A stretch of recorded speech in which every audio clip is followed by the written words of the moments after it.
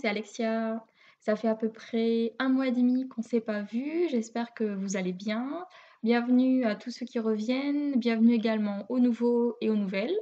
J'espère que ce podcast vous plaira. On est ici pour parler tricot, couture et on va introduire une nouvelle catégorie puisque je suis récemment tombée amoureuse de la teinture végétale. Donc je voulais absolument vous en parler aussi. Donc il est 17h, on se retrouve à l'heure du goûter. C'est une bonne heure, je trouve, pour enregistrer, même si vous ne me verrez pas du coup, à cette heure-ci, le temps que la vidéo charge. Si par hasard vous visionnez la vidéo dans ces horaires-là, n'hésitez pas, ou en dehors d'ailleurs, faites-vous un thé, un café, prenez un petit gâteau et puis, voilà, on est parti. Je pense que ce podcast va peut-être être un tout petit peu plus long que les précédents parce que j'ai pas mal de choses à vous raconter. J'ai attendu avant de tourner, même si j'en avais envie, parce que je voulais vraiment avoir, plein de choses à vous dire et finalement, je me demande si du coup le podcast va pas être un peu long. C'est pas grave, on verra. Donc, je bois aujourd'hui un cappuccino dans ma petite tasse coffee, qui est une tasse que j'ai depuis quelques années, parce que j'aime bien vous parler de mes tasses aussi pour les nouveaux qui se demandent: «Mais qu'est-ce qu'elle fait, nous montrer ses tasses?» Voilà, j'aime bien aussi vous montrer à chaque fois la tasse dans laquelle je bois. Donc une petite gorgée de cappuccino avant de commencer. On va commencer par le tricot et là, j'ai envie de dire, je vais être très, très, très vilaine avec vous parce que je vais vous montrer un projet sans vous le montrer. C'est-à-dire que je vous avais montré au podcast dernier mon châle, qui était en cours, donc que j'avais designé moi-même, j'ai écrit le patron moi-même, qui était en laine de By Night Dyes, donc c'était le coloris bouleau et la laine c'était Milky Way et donc je vous avais montré un petit peu de la dentelle qui ressemblait à rien. Maintenant, la dentelle ressemble vraiment à quelque chose puisqu'il est fini, lavé, bloqué, mais comme je suis vilaine, je vous montrerai pas le résultat du châle, terminé avant qu'il sorte, avant que le patron sorte. C'est-à-dire, il sortira normalement début juin. Mais je voulais quand même vous montrer un petit peu, vous le montrer sans vous le montrer parce que je suis tellement impatiente, d'avoir vos réactions que je pouvais pas me retenir de vous le montrer un petit peu. Donc vous allez voir un petit peu un truc en boule comme ça. Je ne vais pas vous montrer la forme définitive parce que je veux vraiment garder la surprise. Si je rapproche, voilà, vous voyez déjà bien la forme de la dentelle. Donc au blocage, ça s'est vraiment, ça s'est super bien révélé. J'étais vraiment contente du résultat. Il est grand, il est douillet. J'avais un petit peu peur d'être, pas dans le timing parce qu'il commençait à faire chaud et là, ces jours-ci, je sais pas ce qui s'est passé. Enfin, on avait planté les légumes au potager et il s'est mis le lendemain, il a fait -2, donc tout a gelé puisqu'on a été stupides, hein. Tout le monde sait qu'on plante pas avant les seins de glace, mais bon bref, on l'a fait quand même, voilà. Donc ça pour dire qu'il a fait froid d'un coup et que du coup, j'étais contente. En fait, j'ai mis mon châle, je l'ai mis, ça fait plusieurs jours que je le mets pour aller au travail et il est pas du tout hors saison. Au contraire, c'est un vrai doudou, il est super. Donc voilà, châle en laine by night dont le patron sortira début juin, je pense la première semaine de juin si le test se passe bien. Le test est en cours déjà. Je fais un gros bisou à mes testeuses si elles passent par là. Allez les filles, n'hésitez pas à m'envoyer des mails, hein, si jamais il y a des questions. Donc voilà, super hâte de vous le montrer et vraiment super, super, super contente du résultat et de la laine qui est juste une pure tuerie. Voilà, elle a des petits points, vous les voyez bien sur le jersey ici, des petits points noirs, des petites bouloches qui lui donnent un côté chiné que j'adore. Et donc là voilà, après la dentelle. Donc pour la forme, voilà, je vous dirai rien de plus. Vous voyez une petite pointe là? Et c'est tout ce que vous verrez de ce châle donc, que j'ai appelé Cassiopée pour faire écho, au monde des étoiles et de la nuit puisque, la créatrice Nathalie By Night, elle a appelé toutes ces laines, dans des noms, en rapport avec ça veut rien dire ma phrase. Elle a donné à toutes ces laines des noms d'étoiles et d'objets célestes. Voilà, c'est un peu plus clair pour vous. Donc, voilà, pourquoi Cassiopée? Parce que du coup, j'avais envie de rester dans cet univers-là qui m'a beaucoup, beaucoup inspirée. Voilà, donc c'est tout ce que vous verrez. Rendez-vous début juin pour le voir en entier, porté. J'ai déjà réfléchi un petit peu aux photos que je veux faire pour le patron final et j'ai plein d'idées, donc j'ai super hâte de vous montrer tout ça. Pardon. Les pollens en ce moment, c'est horrible, j'arrête pas de tousser. Pareil, si vous voyez que j'ai les yeux un peu rouges, c'est pas que que j'ai pleuré ou que c'est juste les pollens, qui me piquent les yeux en ce moment. Je pense que je suis pas la seule à en souffrir et un grand message d'encouragement à toutes celles et ceux qui sont allergiques au pollen et qui souffrent en ce moment, voilà. Donc voilà, ce châle qui sortira début juin et du coup, je suis l'andouille, je sais plus ce que j'étais en train de vous dire. J'étais en train de vous dire quoi? Qu'il était en test, qui sortira début juin et et voilà, et c'est à peu près tout. Et si je me rappelle ce que j'étais en train de vous dire, je le rajouterai au montage ou pas, tant pis, on verra bien. Donc ça, c'était mon seul et unique projet terminé. Donc ce châle Cassiopée que je vous remontre un petit peu une dernière fois, voilà, du jersey, de la dentelle. Pour la forme, voilà, j'étais en train de vous dire que j'avais déjà un petit peu plein d'idées pour les photos, que j'ai hâte de prendre d'ailleurs pour finaliser le patron, voilà. Donc ça, c'était mon seul objet fini. Après, j'ai pas mal d'encours. Donc déjà, je vais vous parler de mon encours le plus gros. On va faire par ordre décroissant, du plus avancé au moins avancé. Donc c'est pas une surprise parce que je vous en ai parlé sur le blog et que vous l'aviez vu aussi sur Instagram, que je vous en avais pas parlé dans le dernier podcast, par contre, puisque dans le dernier podcast, j'étais en train de monter le vitamine D dans un coloris turquoise et le projet a été complètement abandonné puisque ça collait plus du tout avec mon envie du moment en termes de couleur, enfin, j'avais plus envie. Je trouve que c'est un patron qui fait vraiment automne-hiver. Et là, avec l'arrivée soudaine de la chaleur, j'ai plus du tout eu envie de le faire. Et je me suis dit, ça sert à rien, si je le fais, je vais le faire à contre-cœur. Donc je passe à ce qui me fait plaisir. Donc j'ai ressorti mes écheveaux, pour celles qui me suivent depuis un petit moment, vous les aviez vus. Donc c'est des écheveaux de Madeleine Toche que j'avais ramenés du salon Création et Savoir-faire en novembre dernier. Donc là, hop, je vous montre une petite boule de ce qui me reste. C'est dommage parce qu'à l'écran, vous avez pas la vraie belle couleur, elle fait un peu fade là. Ah, c'est super dommage, vous l'avez vraiment fade la couleur. Elle est beaucoup plus, ouais, là peut-être c'est un petit peu mieux. Elle est beaucoup, si je mets devant le blanc, oui, ça va mieux devant le blanc, voilà. Elle est beaucoup plus nuancée. Elle est pleine de nuances de rose et elle a cet effet un petit peu jean délavé qui est super joli, je trouve. Et donc avec cette laine, je me suis lancée dans quelque chose qui me faisait baver depuis longtemps, mais que je n'osais pas monter, puisque le patron est en anglais. Donc vous voyez, je reste quand même dans ma thématique. Le vitamine D, il est en anglais, j'ai laissé tomber le patron, mais je suis repartie sur un patron en anglais. Donc je ne suis pas complètement hors thème par rapport à ça. Donc c'est ce patron-là que je fais finalement. Il est connu et reconnu, c'est le Itofu des cardigans. Et donc c'est un superbe gilet, avec un point dentelle, et il a une ampleur de dingue. Il a l'air génial, il a l'air super léger, super aérien. C'est vraiment une aile de dentelle et j'ai vraiment, vraiment, vraiment très hâte de l'avoir sur le dos. Et pour me motiver, parce que c'est quand même un projet de longue haleine, hein, la dentelle est assez compliquée, ça rigole pas. En plus, c'est en anglais et en plus, c'est une construction un petit peu bizarre que j'ai jamais faite. Donc j'avais un petit peu besoin de motivation pour être sûre que je ne laisserais pas tomber et que ça allait bien se passer. J'ai donc organisé un call. J'en ai parlé sur le blog, mais j'en reparle ici pour ceux et celles qui ne seraient pas au courant, parce que peut-être si vous êtes sur YouTube, vous n'êtes pas sur le blog. N'hésitez pas à vous abonner, lademoiselledoctobre.wordpress.com. Comme ça, vous êtes au courant vraiment de toutes les actualités, parce que je publie plus sur le blog que sur YouTube quand même. Donc j'organise un call. Ce call, il a lieu jusqu'au 21 juin compris. Donc en fait, le but, c'est de se tricoter ou de se crocheter, hein, les crocheteuses sont bienvenues aussi, quelque chose pour les beaux jours. Donc plutôt de préférence un vêtement. Après, si c'est autre chose, je ne suis pas fermée. Mais il faut que ce soit quelque chose pour les beaux jours, qu'on puisse porter pour les beaux jours. L'idée, c'est de se motiver à tricoter dans une période un peu charnière où après l'hiver, où il faisait froid, on était super motivé pour faire des gros gilets et tout ça. On n'a peut-être pas forcément le même élan et du coup, on risque un petit peu de laisser tomber. Quand je dis on, je veux dire je un petit peu aussi, mais je me dis bon, il n'y a pas que moi. Donc l'idée, c'est vraiment de tricoter un truc ensemble. Le modèle, j'ai pas voulu vous imposer de modèle pour vous laisser plus de liberté. Vraiment, vous tricotez ce qui vous fait plaisir. Vous pouvez me suivre sur le Itofu des cardigans, hein, si jamais il vous plaît. Je pense que ça peut être sympa. On est déjà, je crois, 3 ou 4 à le faire. Hop. Donc le patron est en anglais, mais il ne faut pas vous alarmer. Enfin, c'est mon premier patron en anglais. J'avais très peur et franchement, ça passe tout seul. Les explications sont claires, quitte à regarder un petit peu sur le dictionnaire ou sur Reverso pour les termes au début, mais après, une fois qu'on a compris les termes, c'est très simple. Il y a un diagramme, enfin, c'est super bien expliqué pour l'instant. Donc soit vous pouvez me suivre là-dessus, soit faire autre chose, hein, n'hésitez pas. Le but, c'est d'avoir quand même terminé d'ici le 21 juin. Donc le CAL, je l'avais lancé le 21 avril. Donc ça fait 2 mois. Je pense qu'en 2 mois, on a le temps de faire des belles choses. Après, si vous voulez faire plusieurs petits projets et pas un gros projet, libre à vous aussi, hein. Il n'y a pas de limitation en termes de quantité. même en termes de temps, on se donne une date butoir parce que sinon ce serait n'importe quoi.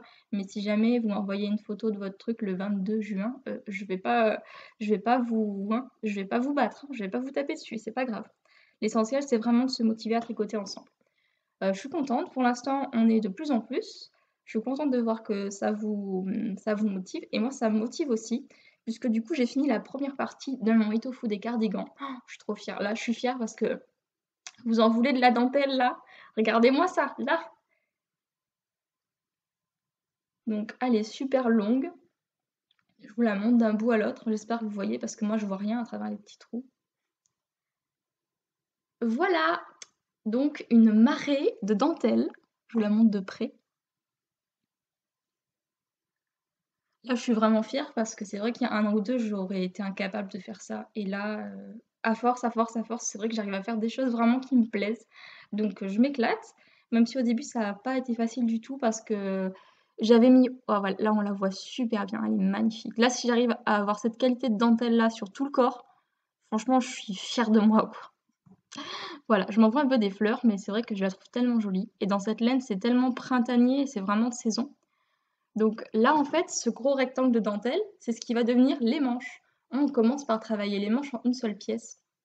J'ai jamais fait ça. La construction est étrange et complètement, ça a l'air complètement un peu perché comme construction, mais j'ai hâte de voir ça. Même si j'ai un petit peu peur, j'avoue, parce que là, je me suis arrêtée en fait pour être sûre d'avoir quelque chose à vous montrer de joli. Je me suis dit, si jamais après, sur la prochaine étape, je me plante et que je peux rien leur montrer, ça craint. Donc je me suis arrêtée là. Mais après, il va falloir en fait que je démonte ça. J'ai fait le montage provisoire que j'ai fait. Il va falloir que je le démonte et que je reprenne les mailles. Et là, je flippe un petit peu. Mais bon, je me dis que ça va bien se passer et qu'il n'y a pas de raison de paniquer pour rien. Donc voilà, ça c'est mon projet pour le Cal des Beaux Jours. Donc n'hésitez pas, si vous voulez participer, il y a toutes les infos sur mon blog La Demoiselle d'Octobre. J'ai déjà fait 2 articles au sujet de ce cal, enfin en allant d'article en article, vous pouvez retrouver l'article initial. Pour vous inscrire, soit vous me laissez un petit mot sous l'article, soit vous pouvez m'envoyer un mail ou c'est comme vous voulez, à lademoiselledoctobre@gmail.com. Et n'hésitez pas, si jamais vous nous rejoignez et que vous voulez pas forcément m'envoyer un mot, mais me montrer quand même ce que vous faites, vous pouvez utiliser le hashtag #cal des beaux jours. Je vais l'écrire là pour que vous ayez l'orthographe. Avant, j'étais contre tous ces trucs Instagram, hashtag et tout, je trouvais ça nul et j'ai fini par m'y mettre aussi et finalement, j'ai un peu honte parce que je trouve ça pratique aussi. Parce que mine de rien, même sur Facebook, quand on veut organiser des événements comme ça, si on doit récupérer les personnes une par une, enfin les rechercher, c'est insupportable. Enfin, c'est pas possible que là, avec le hashtag, au moins, j'ai qu'à taper le truc et il me sort tout de suite toutes vos publications en rapport avec ça me fait gagner un temps fou. Donc voilà, hashtag quel des beaux jours.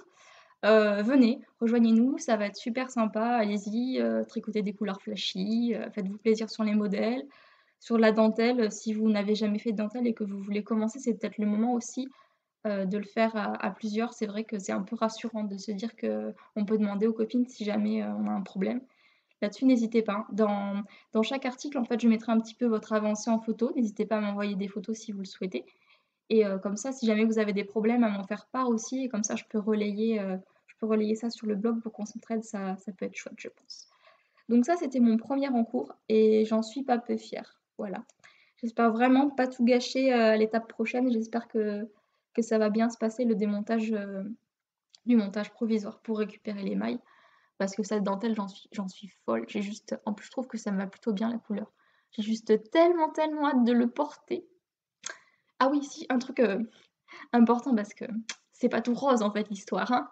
Je vous rappelle pour ceux et celles qui l'auraient pas vu sur le blog, pour tricoter ce gilet, j'ai un problème. C'est-à-dire que je me suis mise à tricoter ce gilet alors qu'en fait il me manque un écheveau de laine pour le finir. Voilà, parce que je suis folle. Donc je me suis dit d'ici là, je trouverai bien, une âme charitable qui voudra bien me revendre un écheveau. Bien sûr, je vous l'achète, il y a pas de souci, hein. Je vous demande pas de me le donner non plus, je suis pas folle. Mais donc cette laine que je cherche, c'est de la Madelinetosh. Je vous mettrai les infos en barre d'infos. Et le coloris, c'est Fragrant. Je vous l'écrirai aussi. Parce qu'apparemment, c'est un coloris qui n'est plus produit. Donc j'ai pas fait exprès, hein. J'ai acheté le coloris qui n'est plus produit, évidemment. C'était celui qui me plaisait et je ne le savais pas en achetant les écheveaux. Donc si dans vos placards ou dans un magasin quelque part, vous voyez un écheveau de Madeline Tosh coloris Fragrant. Je suis super, super intéressée. N'hésitez pas à me contacter, à me laisser un mot ici sur le blog, sur les réseaux sociaux, sur n'importe où et franchement, ce serait super. S'il vous plaît, aidez-moi à finir ce gilet parce que là, s'il me manque un écheveau, ben, je vais être fichue. Là, j'ai déjà utilisé quasiment un écheveau et c'est que les manches. Bon, après, c'est toute la longueur des manches, on voit qu'il y a beaucoup de mailles, mais je serais juste dégoûtée de ne pas pouvoir le finir à cause de ça. Mais pour répondre à celle qui m'avait dit: «Ben, sinon, tu qu'à le faire avec une autre laine», pourquoi j'ai pas fait ça? Parce que moi, dans ma tête, le gilet, il est que dans cette laine. Je le vois que dans cette laine. C'est la laine parfaite.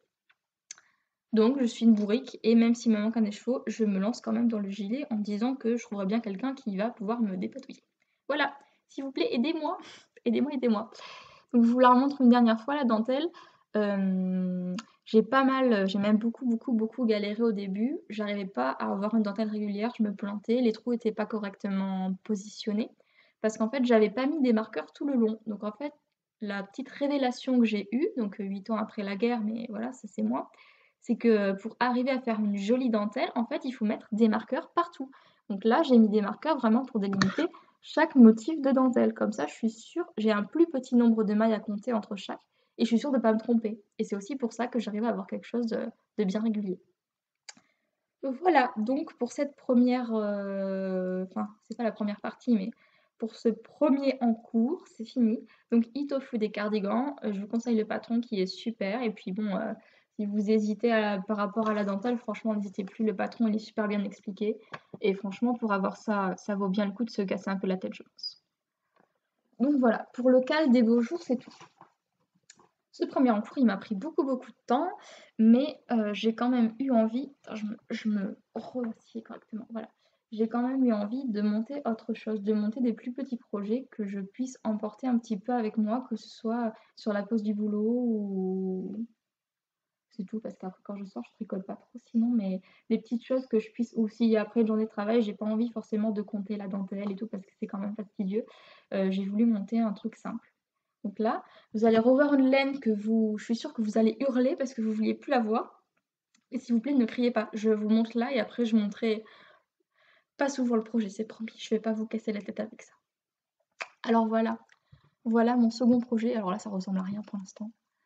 Vous la reconnaissez ou pas cette laine? Cette laine maudite là? Cette laine maudite, non, c'est pas vrai. Elle est super belle cette laine. Mais c'est la fameuse laine qui avait servi à mes chaussettes de Berthe qui ont fini, démontées puis au fond d'un sac parce que je me suis trompée, que je suis une nouille et que j'avais pas assez de laine et que le point ne rendait rien. Cette laine me plaît, cette laine, j'ai envie qu'elle soit sortie de mon stock et qu'elle soit tricotée et donc j'ai remonté un début de chaussette et cette fois-ci pour pas me faire avoir en fait, j'ai pas le patron là, mais c'est des chaussettes, universelles. C'est-à-dire que, il y a des indications de base et après vous faites à votre pied comme vous voulez et c'est pour faire des chaussettes vraiment toutes simples, en jersey tout le long et là je trouve qu'en fait cette laine, elle est vraiment plus jolie tout en jersey que comme je l'avais fait avec un point fantaisie. C'était débile d'avoir fait un point fantaisie alors que la laine est déjà tellement riche en informations, au niveau des couleurs. Et donc là aussi, le but, c'est d'avoir un petit peu un truc super simple à tricoter en rond et après tout droit, tout droit, tout droit. Donc là, c'est que des rangs à l'endroit, j'ai pas envie de me prendre la tête. Je ferais peut-être un petit talon contrastant d'une autre couleur pour faire un truc un peu rigolo et je suis même pas sûre. Et là, ce que je vais faire en fait pour pallier, à mon manque de laine, parce que, je pense qu'il me manquera de la laine puisque j'ai laissé la laine double puisque, j'ai essayé de démêler ça avec l'aide super précieuse de mon chéri, que j'embrasse d'ailleurs, parce que je connais personne qui serait aussi patient pour, m'aider à faire ça. Pendant plus d'1 heure, on a fait ça l'autre soir, à essayer de redédoubler la pelote que j'avais doublée, en fait et c'est infâme, c'est emmêlé, enfin je tiendrais pas, j'aurais pas la patience de démêler les 2 pelotes. Donc du coup, je la tricote en double, même si ça veut dire qu'il faudra pas que je fasse la même bêtise, sinon je vais me retrouver à court de laine. Donc à la place de faire des chaussettes vraiment qui montent comme je fais d'habitude, je vais faire des soquettes plus courtes et ça va passer.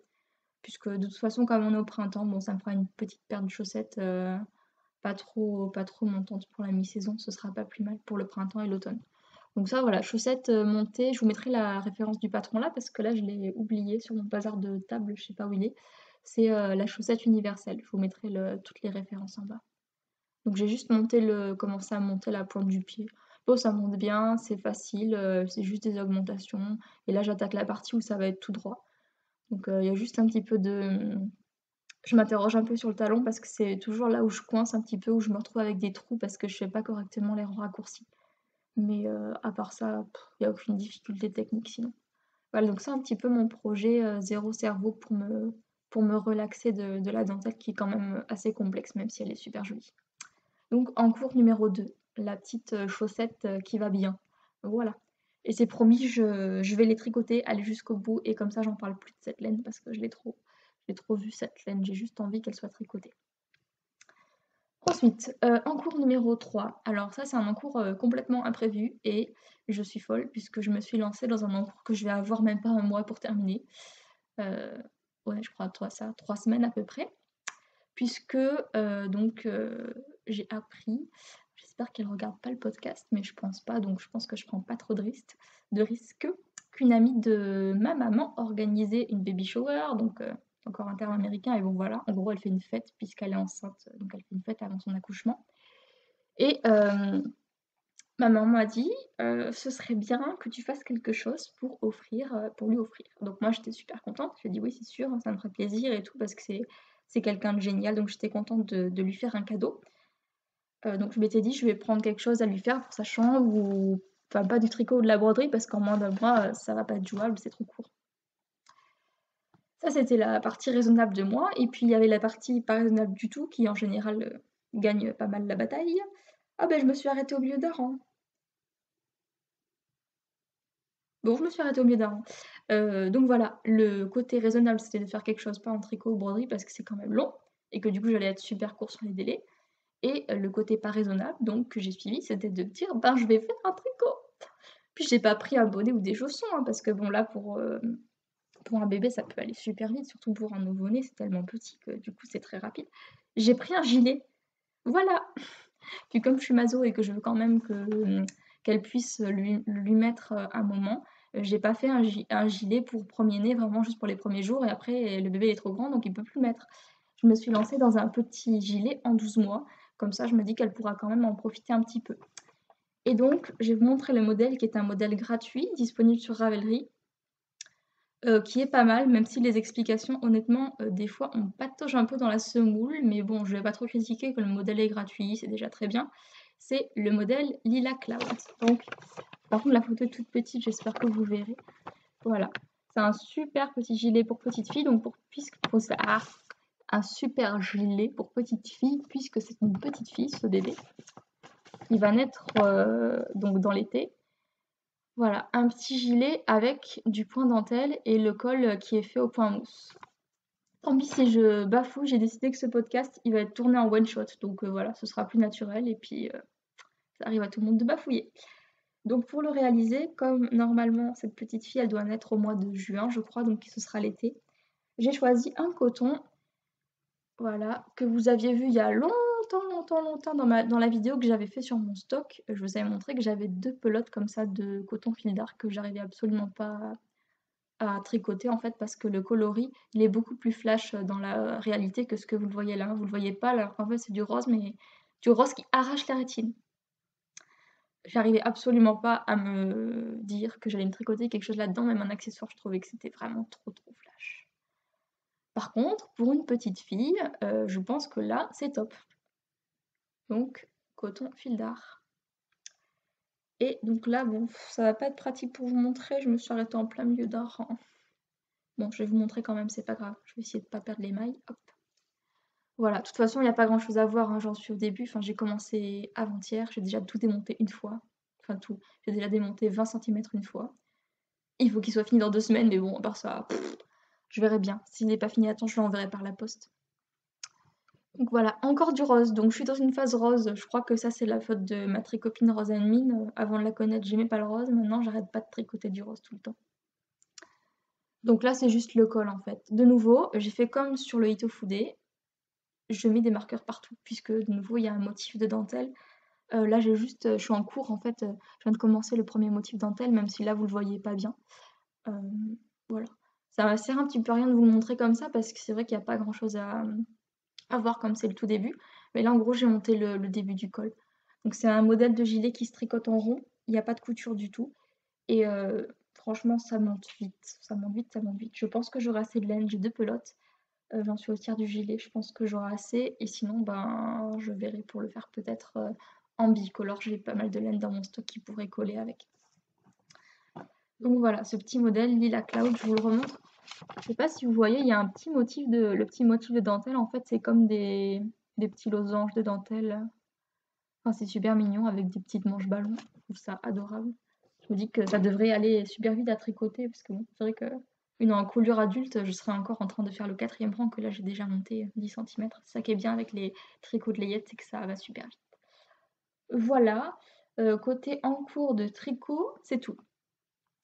En fait, j'en ai pas mal, hein, j'en ai pas mal, et j'avance plutôt pas mal sur tous pour l'instant. Voilà, voilà. Ensuite, on va passer à la couture. Donc, couture.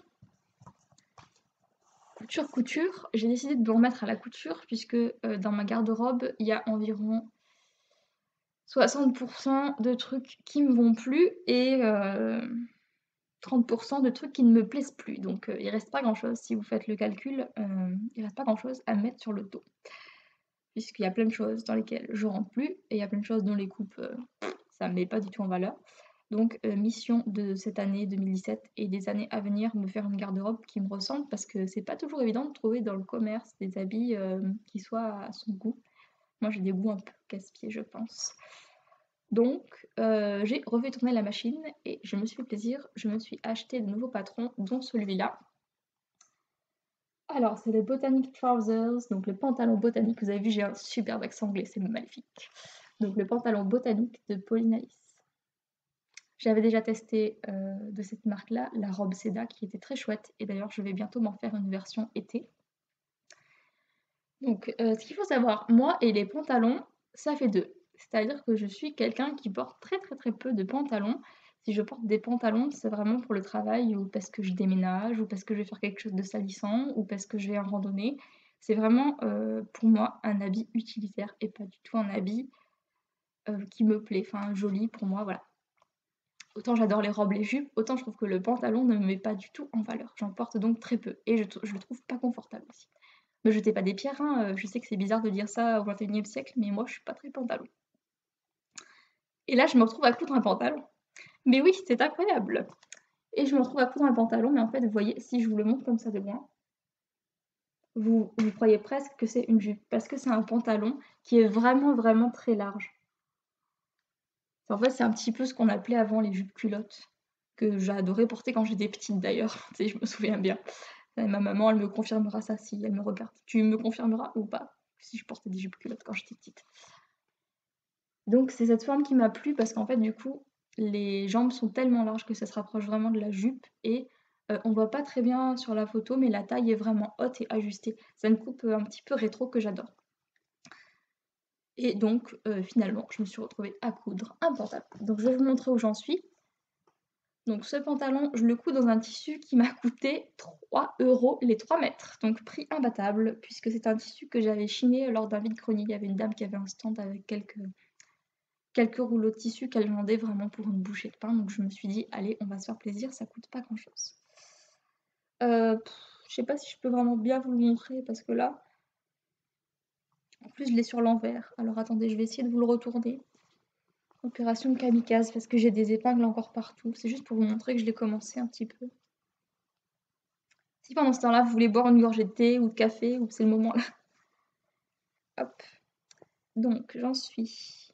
Je peux vous montrer. Alors là, bien sûr, faut que je commence par préciser, ça c'est la taille. Non, je ne me suis pas transformée en Bozo le clown, c'est juste que la taille après, elle est élastiquée, donc elle va être beaucoup moins large, hein. Il y a des fronces après.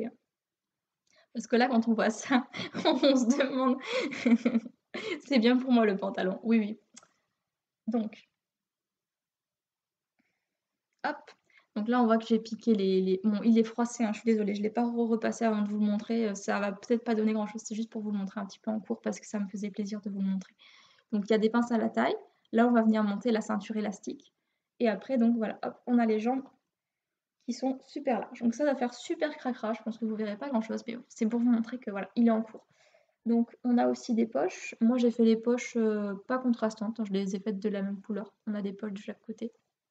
Pour le côté un peu pratique aussi, c'est pas mal. Voilà, donc le pantalon botanique. Pour l'instant, j'ai pas rencontré de. J'ai même la poche qui est sortie de l'autre côté, c'est trop cracra à montrer comme ça. J'ai pas rencontré vraiment de difficultés. Il est chouette à tricoter. J'aime beaucoup ce bleu. C'est un joli bleu qui tire un peu sur le gris. Je pense que ce sera chouette et je me vois bien la sortir un peu avec tout, avec du bleu marine comme je porte du blanc. Voilà. Voilà, voilà. Donc ça, c'est en cours. Pour l'instant, là, il me reste quoi à faire? Une couture à l'entrejambe et après à monter toute la ceinture et c'est tout. Et après, j'ai fini. Donc j'ai déjà fait une bonne partie du boulot. C'est vraiment simple à coudre. Je me suis bien régalée. Et après, bon, j'ai toujours mon petit souci des finitions à l'intérieur parce que je suis une grosse feignasse et que j'ai pas fait des coutures anglaises comme on m'avait conseillé parce que voilà, et qu'en plus j'ai peur qu'à l'intérieur ça fasse une surépaisseur. Donc vous voyez, j'ai toujours mon petit bord qui s'effiloche, sur lequel j'ai quand même fait un petit point zigzag, mais j'ai peur un petit peu dans le temps de ce que ça va donner. Donc voilà, j'ai pas trop résolu ce problème-là. Je pense que en fait ça va un petit peu être ma toile cette version-là du pantalon parce qu'il a l'air très confortable. Je l'ai passé un petit peu comme ça vite fait. Et je pense que je vais peut-être m'en faire un ou deux là pour les beaux jours. Et que les prochains, puisque j'aurai déjà fait le patron, donc je serai un petit peu plus à l'aise, je vais les doubler comme ça. Il n'y aura pas de problème de couture un peu cracra, enfin cracra, de couture qui s'effiloche à l'intérieur. J'aurai un truc nickel, super propre. Donc c'est sûr que ça va demander deux fois plus de boulot parce que du coup pour le doubler, il faut que je le couse deux fois et qu'ensuite je les couse ensemble. Mais je pense que ça vaut l'investissement du temps passé. Donc cette version-là, je me connais, j'aurai pas la patience de le doubler parce que je veux le voir porter tout de suite et je veux l'avoir très rapidement. Mais les prochains, parce que j'ai déjà plusieurs idées pour en refaire d'autres, je les doublerai. Voilà. Donc couture, c'était mon seul article couture que j'avais à vous montrer. Le pantalon botanique de Polynamis que je vous montre. Hop, voilà. Donc j'aime bien le côté taille haute, c'est super sympa. J'espère que ça moulera pas trop les bourrelets là où il faut pas. Mais bon, on verra bien comme c'est élastique et je pense que c'est quand même assez confortable. Couture, c'est fini. On va passer à la dernière partie. Ça fait déjà 32 minutes que je blablate, hein. Je vous avais prévenu que celui-là, il sera un petit peu long, mais j'avais tellement de choses à vous raconter que tant pis, il sera plus long. C'est la partie teinture. Donc la teinture, j'en avais jamais fait et ça fait un bon moment que ça me chatouillait d'essayer, mais du fait que je vivais en appartement, c'était un peu compliqué de s'organiser pour teindre, pour faire sécher, c'était trop compliqué. Mon chéri, il se voyait déjà avec tous les murs de l'appartement repeints façon Picasso parce que je suis un petit peu une cracra, une cracra de la cuisine. Pas dans le sens une cracra de la cuisine, je peux pas dire ça, Alexia. Dans le sens que quand je cuisine, voilà, je vais le redire de façon plus élégante parce que là, ça fait. Ma cuisine est propre, c'est pas la question. Quand je cuisine, j'ai tendance à en mettre partout. C'est mon côté créatif là qui s'exprime, donc si je fais de la tomate, vous allez être au courant que voilà, c'est la fille qui fait une sauce tomate qui peut pas s'empêcher de se tâcher avec. Donc côté tâches, mon chéri, il avait un petit peu peur quand je lui ai dit: «Oui, je veux apprendre à teindre, tout ça», il était en flic que je lui tâche tout l'appartement, les murs ou que voilà, que ce soit, Picasso.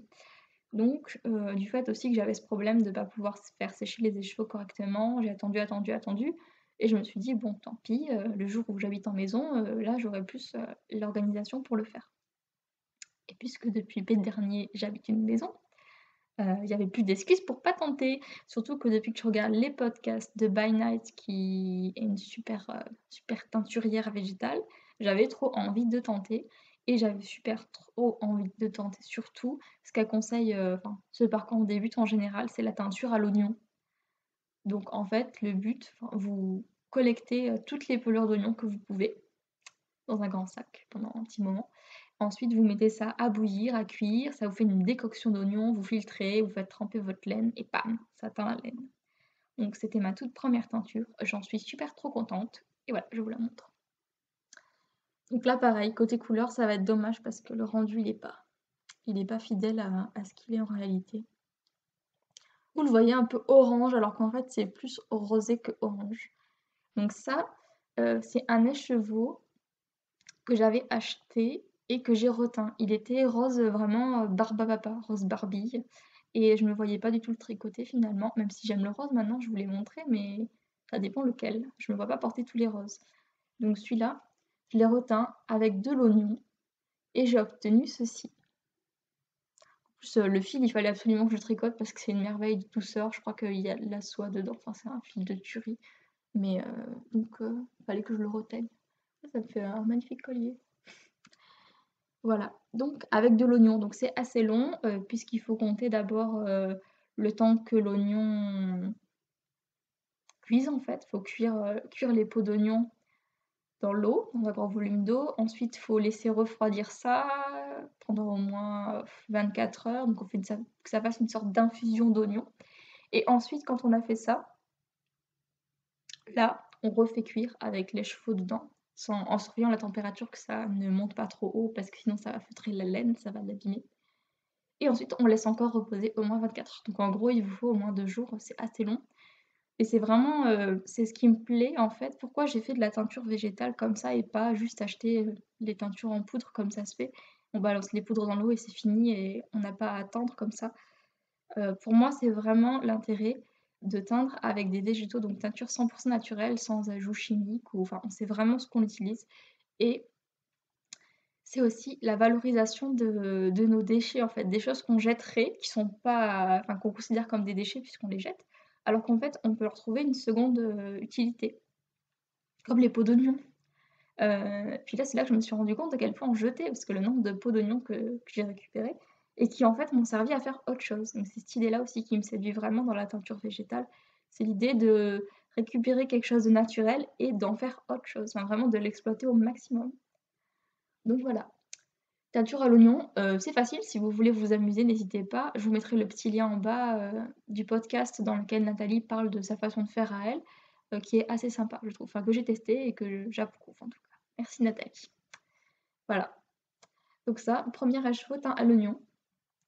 J'avais prévu de m'arrêter là et puis je sais pas comment, je me suis retrouvée à commander de la laine sur le site de Alice Création, de la laine, vierge, donc enfin de la laine, non teinte, naturelle. Voilà, j'ai pas pu résister, c'est pas bien mais j'ai pas pu résister d'en acheter. Donc après cet écheveau-là, j'ai réitéré mon crime et j'ai teint un deuxième écheveau. Donc cette fois-ci, c'est un fil que j'ai acheté sur le site d'Alice Création et c'est un fil à chaussettes. J'ai teint tous les chevaux. Il est encore légèrement humide parce que je l'ai fait sécher tout à l'heure. Je voulais vraiment vous le montrer. Je l'ai même pas remis en écheveau pour mieux vous le montrer. Donc celui-là, la couleur est pas tout à fait juste, dans le sens que normalement il est un peu plus foncé que ça. Je l'ai teint avec des feuilles d'eucalyptus. On m'a demandé sur Instagram, tu les as trouvées où tes feuilles d'eucalyptus, puisque c'est quand même pas un arbre qu'on trouve partout. En fait, j'ai récupéré les feuilles d'un bouquet que mon chéri m'avait offert. Et je les ai faites bien sécher. Et ensuite, donc, je les ai faites infuser. Pour l'eucalyptus, ça a été encore plus long parce que j'avais lu pas mal sur internet, puisque j'y connais rien, j'avais jamais fait, donc je me suis beaucoup documentée sur internet, que l'eucalyptus était un petit peu difficile à prendre en termes de couleurs pour avoir des couleurs prononcées. Donc la plupart du temps, il fallait le mordancer, c'est-à-dire qu'il faut préparer la laine avant, voilà. Qu'on peut pas juste plonger son cheveux tel quel et puis ça colore, non. Il y a un peu de préparation en amont. Mais moi, vu que je suis une grosse tête de mule, je voulais pas spécialement acheter de la lin, du tartre, je voulais faire avec ce que j'avais à la maison.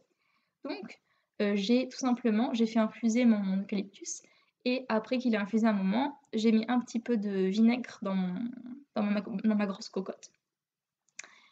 Et j'ai également pré-trempé les chevaux, puisqu'il faut un petit peu quand même le mouiller avant de le laver, avant de le teindre. Et j'ai également mis du vinaigre dans l'eau de mon bain de trempage. Et donc j'ai obtenu ça. Après environ, je crois que ça m'a pris 2 jours au final parce qu'il faut vraiment laisser cuire plus longtemps. Là, c'est plus long qu'avec l'oignon, c'est un peu plus délicat l'eucalyptus.